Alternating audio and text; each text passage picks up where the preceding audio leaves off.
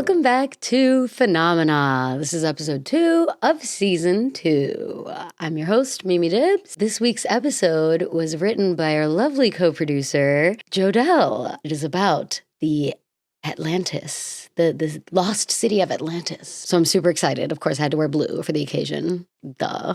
Because water. Hello. Before we dive into this week's episode, I want to go over the Phenomena announcements. This week's small business that we would like to call out is the Brave Space Alliance. They are the first Black-led, trans-led TLBGQ plus center working on the south side of Chicago. That is a direct quote from their website. So I wanted to get that right in terms of how they want to describe their organization. They have a ton of events. They put together a ton of rallies. It's a great inclusive space. Jodelle mentioned that they're putting together a rally for Trans Visibility Day this Sunday, but we are 1 week ahead of episodes for this season 2 because,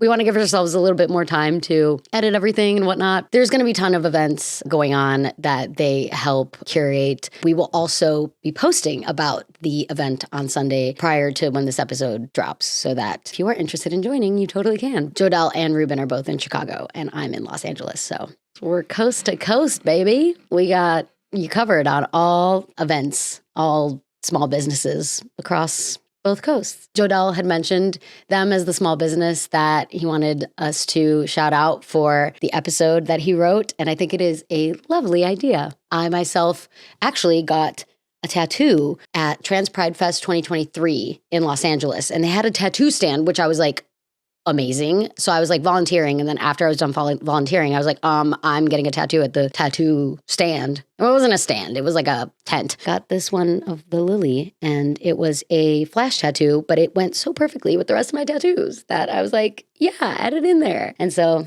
that's my little trans pride tattoo. I love her. Yay! I'm so excited to learn about this lost city of Atlantis. I recently saw the movie Lost City of Atlantis, the Disney one, the one with Kida. Is it called? No, Treasure Island is different. That's another one that John and I have to watch. I think it's just called Lost City of Atlantis. You know the one with Milo and Kida and yeah, everything. And they like find the Lost City of Atlantis and it's magical. I am so interested to learn more about the lore behind the Lost City of Atlantis. So without further ado, let's get into this week's episode, fittingly titled, Get In Losers, We're Going to the Lost City of Atlantis. Get in, losers, we're going shopping. I love it. Bye, Jodelle. The ocean is vast. You don't say. Covering 70% of the Earth's surface, yet less than a third of the global seafloor has been mapped with modern high-resolution technology. Yeah, that's going back to my Phenomena episode where I disclosed my fear of open water. That's one of the reasons that I have a fear of open water is because it's so unknown. Everything is just so, that's why I think aliens come from the ocean because we don't know a lot about space, but we don't know anything about the ocean, okay? And we can't like that's arguably even harder to map and send things to because sea monsters and I don't know, there's all types of really scary things out there. I feel like the megalodon might still be real. If it is still real, it's definitely hiding in the deep depths of the ocean. The ocean is terrifying. I don't like it at all. And it's so dark and shipwrecks and oh my God. I'm getting the chills thinking about it. Less than a third of it has been mapped out. I hate that. Within these depths lie some of the greatest mysteries known to humankind, including the lost city of Atlantis. Okay, fine. The lost city of Atlantis is the only thing dwelling within the depths of the ocean that I would be interested in exploring more because it's the lost city of Atlantis. Hello. There's probably some mermaids that live there and stuff. It also I don't know, I guess we'll get into this, but I wonder if it's a city that's protected by a bubble or if it is a city that is said to be used to be above ground and then now it's not, or it got sunk somehow because Poseidon, or I don't know. I don't know actually anything about the lore of Atlantis. Now that I'm trying to explain it, I'm like, oh my God, all I know about Atlantis is that it is a lost city and it is now underwater, but it didn't always used to be that way, or did it? I don't know. The stories of the sunken city have been told for generations, even inspiring some of the best animated Disney films ever made. Atlantis, The Lost Empire. Thank you, Jodelle. See, I was like, The Lost City of Atlantis, Lost Empire? Atlantis, The Lost Empire. That That's the movie. John and I wanted to see the second one. Apparently, it does not look nearly as good as the first, but the first is goated, so you don't even need to make a second. It's the best. And it's so good. It just like has such a heartwarming, Milo is just such a like little, like he cares about actually preserving the like ancient texts and ancient civilizations, whereas some of the other people, spoiler, are in it just for like money and wealth. It's a good movie. It's a good movie. If you haven't seen it, like I hadn't seen it up until like a few weeks ago, definitely watch it. I think it's on Disney Plus. This is not sponsored by Disney Plus yet. But where do these tales begin? And will understanding the lore help us make sense of why humans are still obsessed with exploring the watery abyss? I mean, we still go down and explore the Titanic wreckage, so it might help us make sense as to why humans are still obsessed with exploring the watery abyss, but I think we'll always be obsessed with exploring any kind of watery abyss because we are very curious creatures. We are curious about the things we maybe should not always be curious about. It depends on how far down how far down are we talking? Like deep, dark depths where we shouldn't be? I don't know. Stick around as we make a big splash in the second episode of season 2. Yay! Of course, another water episode. Come on. Hello. I love it. Let's get into the lore. The first recorded mention of Atlantis dates back to 360 BCE in two of Plato's dialogues. Timaeus. Hey, I pronounced it correctly, but Joda also added like a little like phonetic spelling. But Timaeus. Oops, I said Timaeus. Whatever, Timaeus and Critias. Timaeus and Critias. Sounds like names of ancient children. According to Plato, Atlantis was a powerful Greek city-state founded by Poseidon. See, I knew it was Poseidon, the god of the sea, or Neptune if you're Roman. Poseidon made his son Atlas king and named both the city and the surrounding ocean after him. Oh, the Atlantic Ocean. And the city of Atlantis. The city of Atlantis was described as being massive, larger than the equivalent of modern-day northern Africa and over half of Turkey, and rich with natural resources, progressive thinking, and technological advances. It literally says, so I'm not even adding that in there, Jonelle. That's your words. I love it. And technological advances, well ahead of its time. Ooh, nice. I wonder if there's also gold, like there was in Atlantis Lost Empire, because there was plenty of gold in that city. In Plato's writings, Atlantis was a powerful but antagonistic state, routinely waging wars against neighboring communities. Including Plato's own Athens. Whoa. Interesting. So Plato lived in Athens and was like, Atlantis was always waging war against us. Although it was once a utopia governed by moral people, its inhabitants lost their way to greediness, materialism, and corruption. Classic. Literally. Almost every civilization falls prey to these things now. And this greatly displeased the gods. I mean, it would displease me too. If I gave people an awesome city with bountiful things and then they just turned it into this greedy war-waging state, I'd be like, excuse me, hello? Why are we doing this? Help? Stop it. For their vanity and failure to appease them, Zeus led the other gods in destroying Atlantis with fire and earthquakes, ultimately sinking Atlantis to the bottom of the sea. Oh my God. And then Jodelle added a Euphoria quote. Is this fucking play about us? Literally, Maddie. Oh my God. Wait, I saw this video, I think on TikTok or Instagram Reels the other day. That was oh my God, I would look so good pregnant. It would just be like me, but pregnant. And that's also Maddie. Ugh, Maddie is a queen. I love her.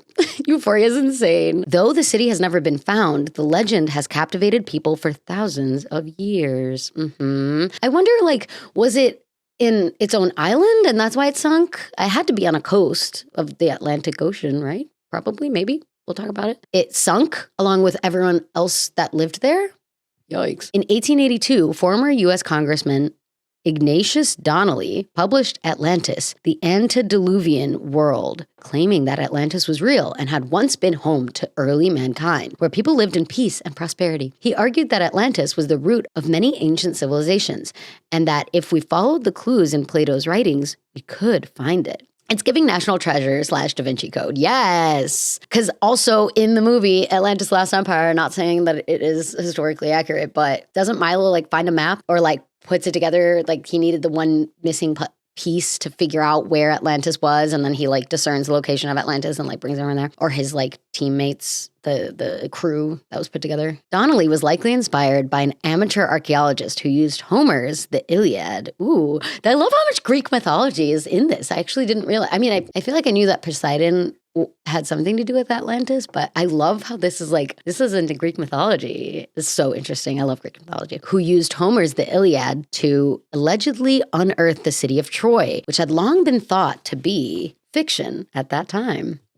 Interesting. So if Troy was real, why couldn't Atlantis be too? Oh, interesting. So Homer's The Iliad is about Oedipus, right? And his whole like journey to Troy. And they didn't think Troy was real, but then Oedipus like showed that it was because he went there. Interesting. Maybe more of the map is hidden within the remaining unsolved 30% of the YouTube unfavorable semicircle conspiracy. Stop. I love all these callbacks. Jodelle and Ruben, you guys, yeah, y'all are really doing the damn thing. I love this. This is great. Yeah, I wonder if that's the puzzle. When you put together the 1 million videos from the YouTube Unfavorable Semicircle YouTube channel, maybe it shows you where the map of Atlantis really is. See, I wonder if like, I guess we can start by thinking that it's near the Atlantic Ocean, right? Wouldn't that make sense? I feel like I'm not very good at like cartography or mapping anything or really knowing my bearings whenever I'm anywhere. I literally need the Maps app to get to like down the street, which is bad. I will admit I need to be better at orienting myself. I wonder if like, because Atlantis and Atlantic, right? We could at least have this like somewhere like a starting point-ish. The ocean is so vast and so deep that like, I don't even know if can we get to the bottom of the Atlantic Ocean? That seems like almost impossible. It seems like we would come out on the other side of the world or like hit the crust of the earth if we did. That's wild. Also, water erodes, right? So like, what was the city made of that potentially withstood all the erosion from being in water? I don't know. Interesting. Well, let's get into the theories behind the city of Atlantis. Could Atlantis actually be hidden beneath the waves, or did it ever exist at all? Good point. Yes, I've been operating under the assumption that it did exist, but maybe was it ever a real city to begin with? Modern scientists and historians tend to lean toward no on both counts. That's dumb. That's boring. The scientists and historians tend to lean toward no on it being hidden beneath the waves or it never having been a city at all. That's sad. Come on, give me something. Where did Ariel live then? Riddle me that. I don't know. Where do the mermaids live now, if not the city of Atlantis? Attempts to locate Atlantis have led to theories spanning the globe from the Atlantic Ocean and the Caribbean to Bolivia, Turkey, Germany, and even Antarctica. Some expeditions returned with what they believed was concrete proof of Atlantis' existence, only to be debunked later. Wow! Okay, so people did actually go like in search of Atlantis. I mean, you know, obviously the Disney movie is just that, a movie. I was wondering if anyone had ever taken expeditions to find Atlantis, because like at some point they must have been like, we gotta find something, you know, pointing to one direction or another. If they couldn't find anything, maybe it wasn't real. But the fact that they found something and then it was debunked later, what was it? I need to know. Thankfully, we have more to read. One such search uncovered ruins later identified as Minoan settlements from 1600 BCE on the island of Santorini, an island in the Aegean Sea. Isn't that Greece? Destroyed by a volcanic eruption. Oh, like Pompeii. In another instance, researchers thought a series of circles in a Spanish national park might be a clue, but they turned out to be experimental ponds for a zooplankton study. Ooh, we love a zooplankton study. Guess they should have asked the plankton for directions. And then he would have probably asked for the Krabby Patty secret formula in return. All plankton are out for the Krabby Patty secret formula. Have you ever seen SpongeBob? Duh. And that's on facts. If we take Plato at his word, Atlantis would be in the Atlantic Ocean. Yes. But given its sheer size, if the lost continent really existed, it would have appeared on sonar maps of the ocean floor. Good enough. Still, the verdict can't be 100% out while we acknowledge we still haven't finished exploring and charting these waters, can they? True. And also, what if it existed, but then it eroded, you know? Like, what if you found like a goblet or like a cup that looks like it belonged to like an ancient civilization, but you can't say that it belonged to like a different ancient civilization that wasn't Atlantis. I don't know. What if it had an Atlantis emblem on it? There's also the timeline issue.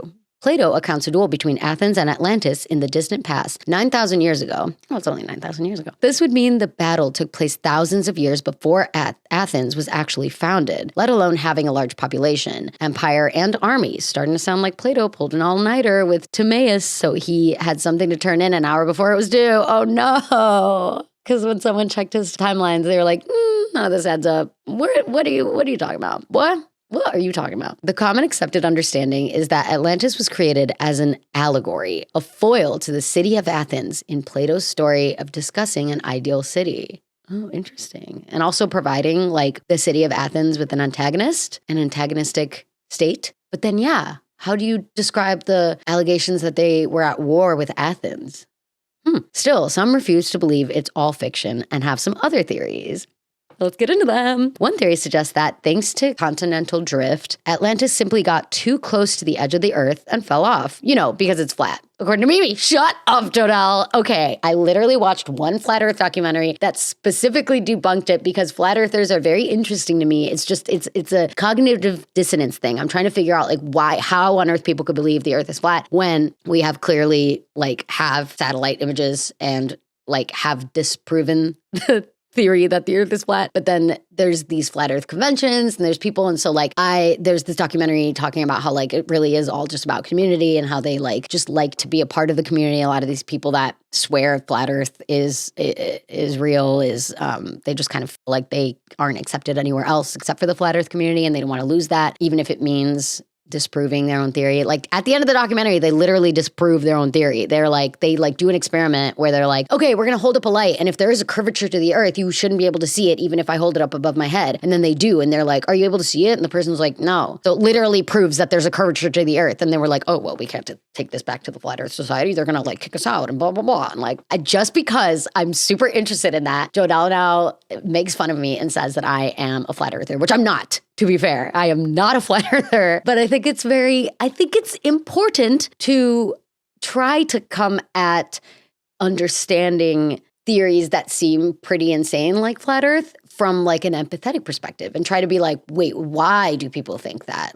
There has to be a reason that is keeping people there. There has to be a reason that there's conventions going on where people stake their whole livelihoods on being flat earthers. And it's almost like a cult where literally once you get out, they denounce you and then you lose your whole community, which that's what a lot of people stay in it for, to be honest. It's really sad. But yeah, I'm not a flat earther. So shut up, Jodelle. Wow. Okay. So one theory suggests that due to continental drift, Atlantis simply got too close to the edge and fell off. But what about the Antarctic donut around the flat earth? See, now I know so much about the flat earth theory because I'm what do these people believe? And they believe there is an Arctic donut around the earth and gravity can be explained by the plate that is the earth just moving up forever. The donut, which is the Arctic, is I guess keeping all the water in.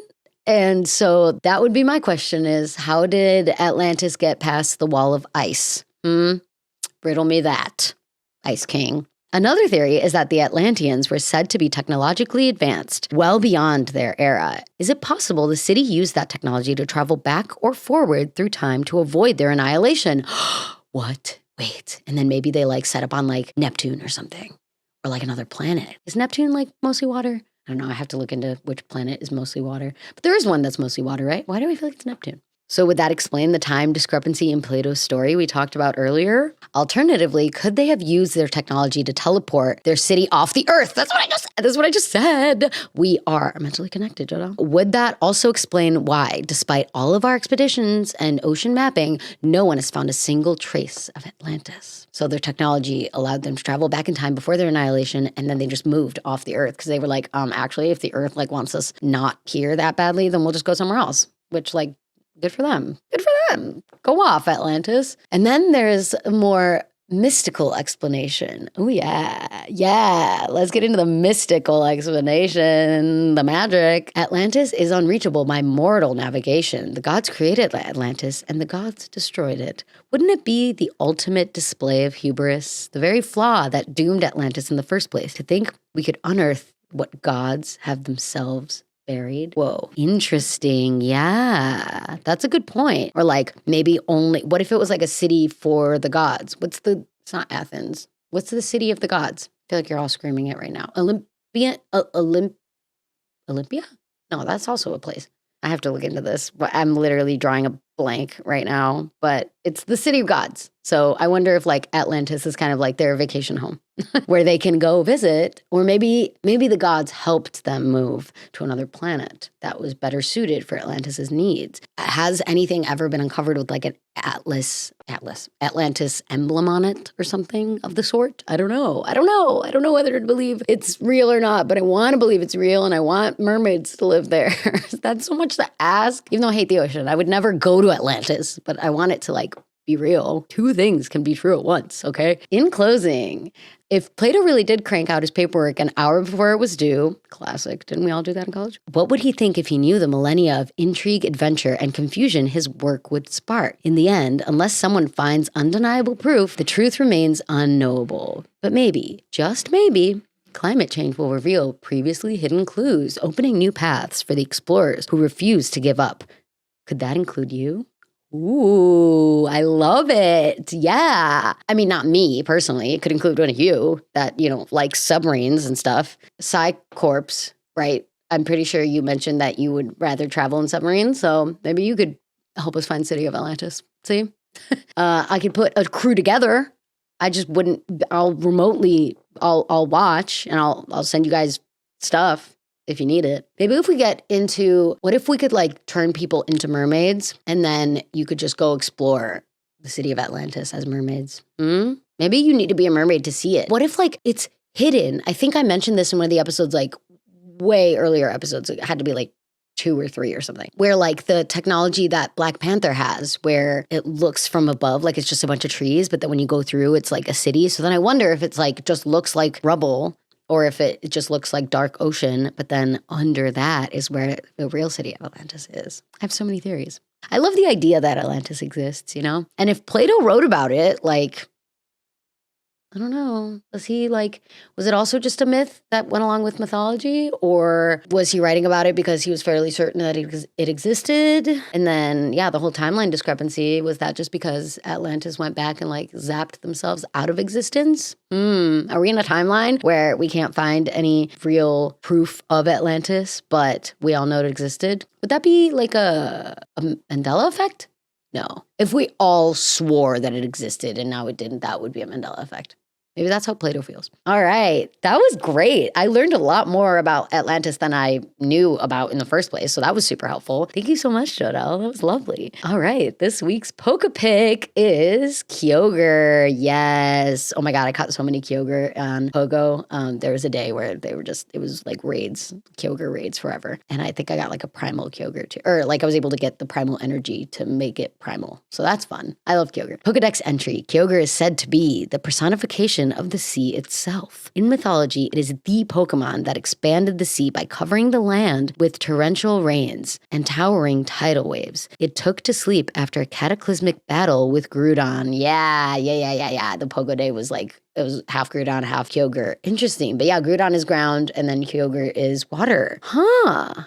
And yeah, Kyogre's massive. Kyogre's huge. And he's a mythical...